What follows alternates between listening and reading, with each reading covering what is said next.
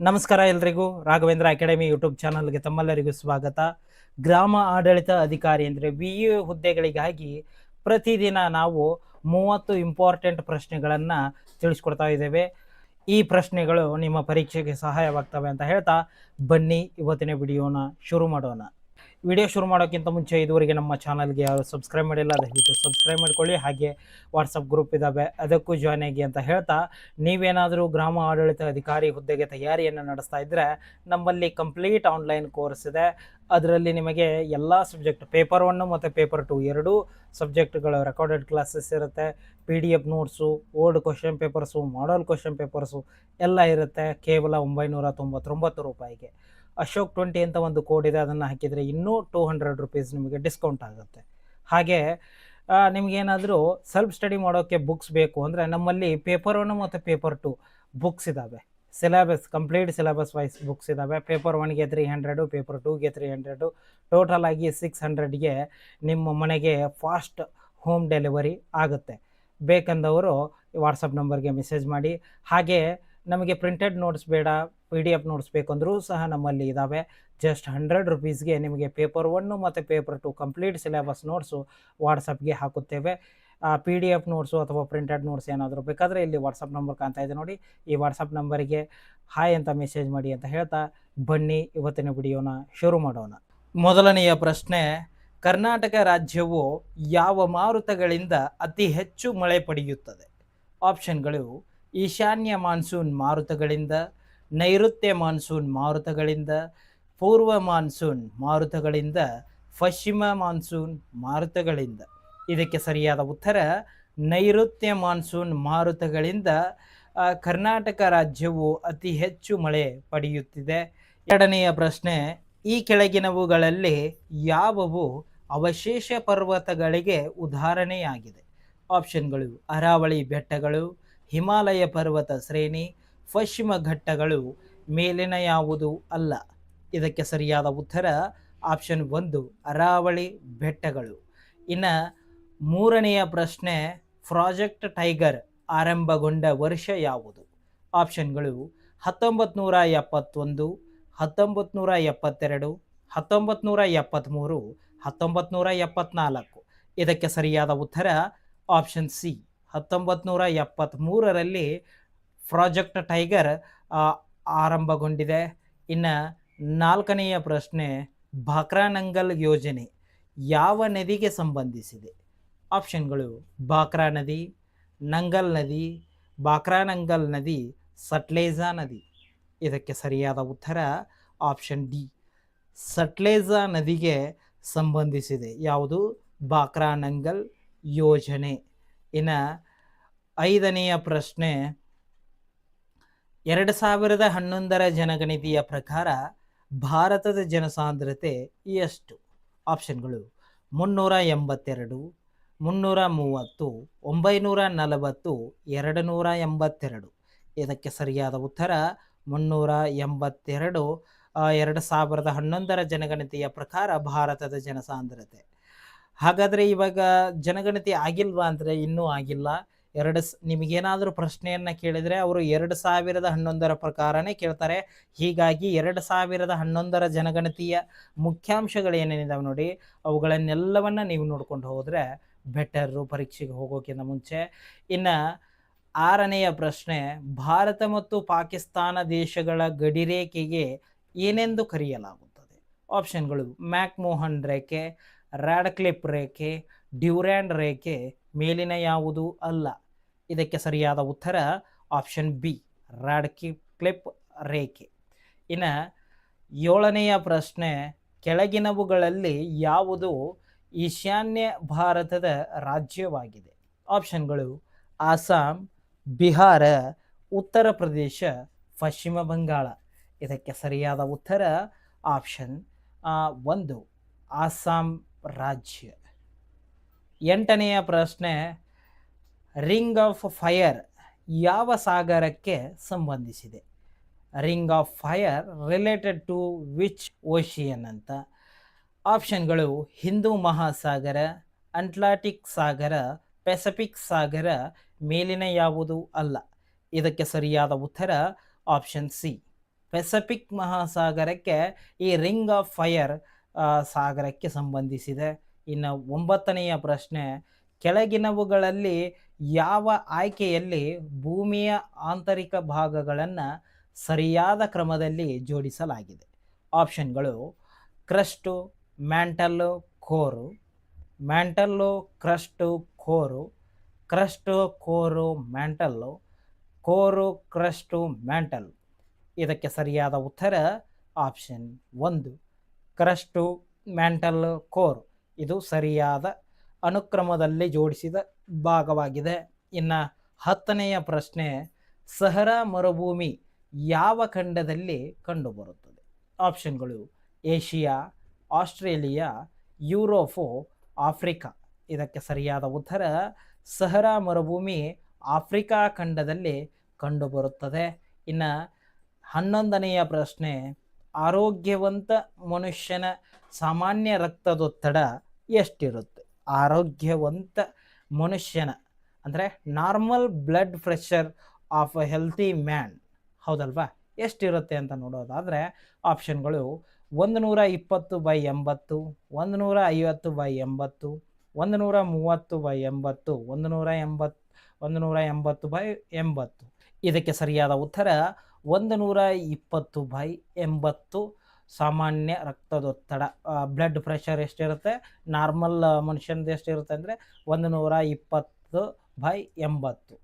ಇನ್ನು 12ನೆಯ ಪ್ರಶ್ನೆ, ಈ ಕೆಳಗಿನವುಗಳಲ್ಲಿ ಯಾವುದರಿಂದ ಗಾಳಿಯ ವೇಗವನ್ನು ಅಳೆಯುತ್ತಾರೆ? ಆಪ್ಷನ್ಗಳು ಆನೋಮೀಟರ್, ಅನಿಯೋಮೀಟರ್, ಹೈಗೋಮೀಟರ್, ಗ್ಯಾಲ್ವನೋಮೀಟರ್, ಸ್ಪೆಕ್ಟೋಮೀಟರ್. ಇದಕ್ಕೆ ಸರಿಯಾದ ಉತ್ತರ ಆಪ್ಷನ್ 1 ಅನಿಯೋಮೀಟರ್.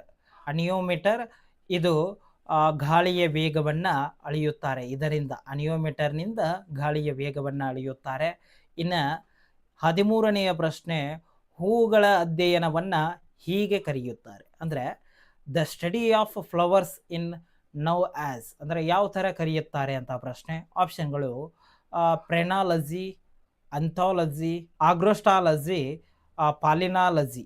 ಇದಕ್ಕೆ ಸರಿಯಾದ ಉತ್ತರ ಆಪ್ಷನ್ ಬಿ ಅಂಥೋಲಜಿ ಅಂತ ಹೂವುಗಳ ಅಧ್ಯಯನವನ್ನು ನಾವು ಆಂಥೋಲಜಿ ಅಂತ ಕರಿತೀವಿ. ಇನ್ನು 14ನೆಯ ಪ್ರಶ್ನೆ, ಮಾನವ ರಕ್ತದ pH ಮೌಲ್ಯ ಎಷ್ಟು? ಆಪ್ಷನ್ಗಳು 6.6, 7.2, 7.4, 7.8.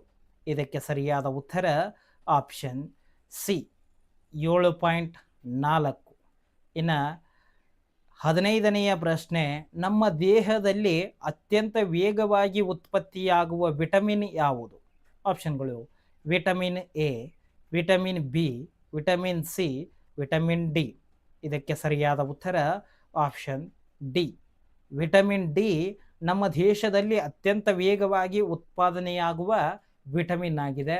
ಇನ್ನು 16ನೆಯ ಪ್ರಶ್ನೆ, ಭೂಮಿಯ ಗುರುತ್ವಾಕರ್ಷಣೆಯಿಂದ ತಪ್ಪಿಸಿಕೊಳ್ಳುವ ವೇಗ ಎಷ್ಟು? ಆಪ್ಷನ್ಗಳು 7 km/s, 11.2 km/s, 15 km/s, 21.1 km/s.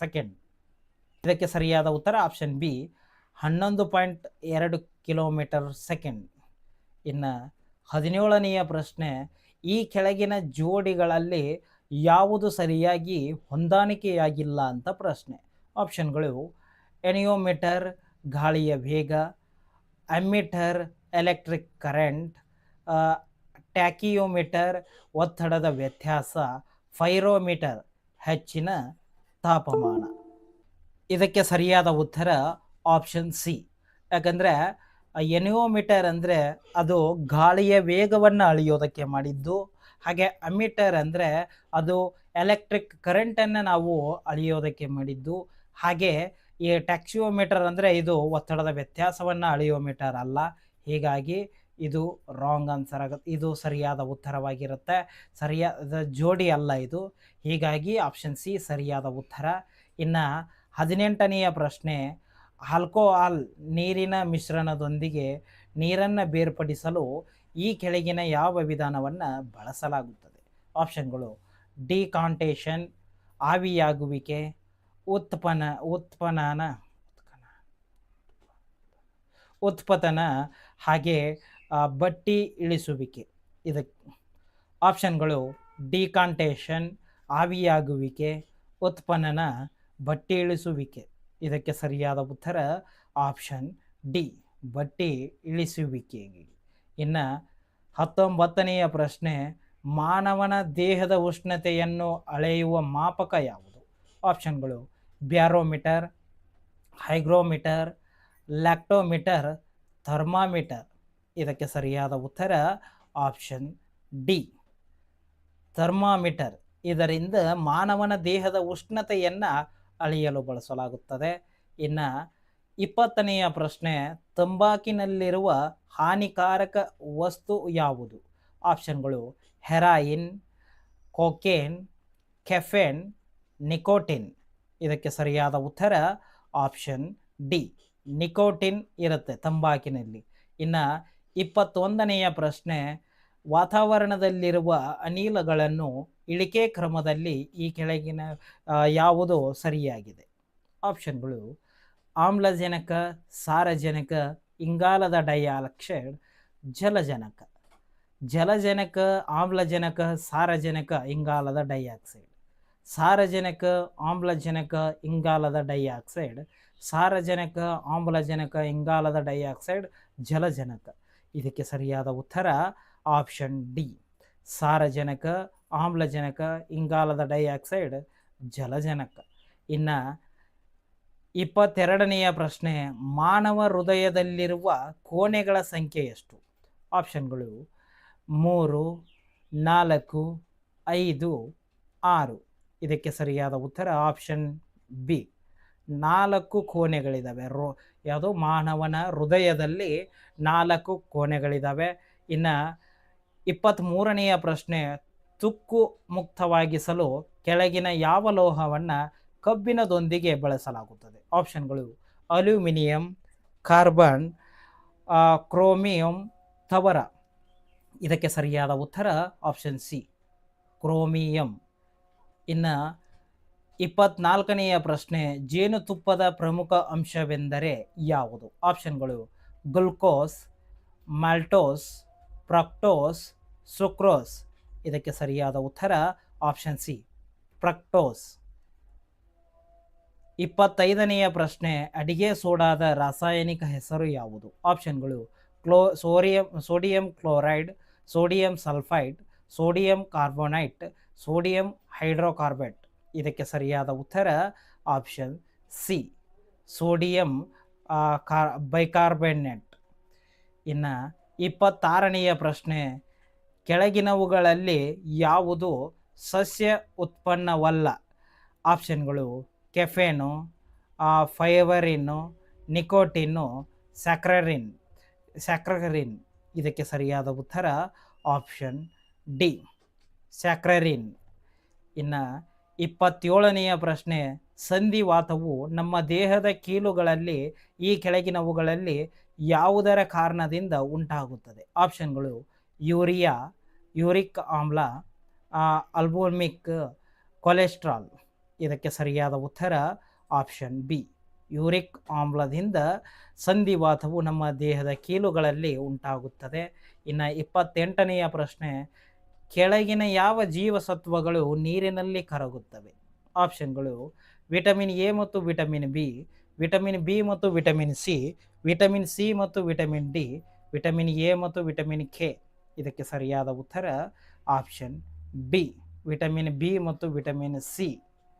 ಇನ್ನು 29ನೆಯ ಪ್ರಶ್ನೆ, ಮರದ ವಯಸ್ಸನ್ನು ಅದರ ಮೂಲಕ ನಿರ್ಧರಿಸಲಾಗುತ್ತದೆ. ಯಾವುದರ ಮೂಲಕ ಮರದ ವಯಸ್ಸನ್ನು ನಿರ್ಧರಿಸಲಾಗುತ್ತದೆ? ಆಪ್ಷನ್ಗಳು ಎತ್ತರ, ಸುತ್ತಳತೆ, ಬೆಳವಣಿಗೆಯ ಉಂಗುರಗಳು, ಸಾಮಾನ್ಯ ನೋಟ.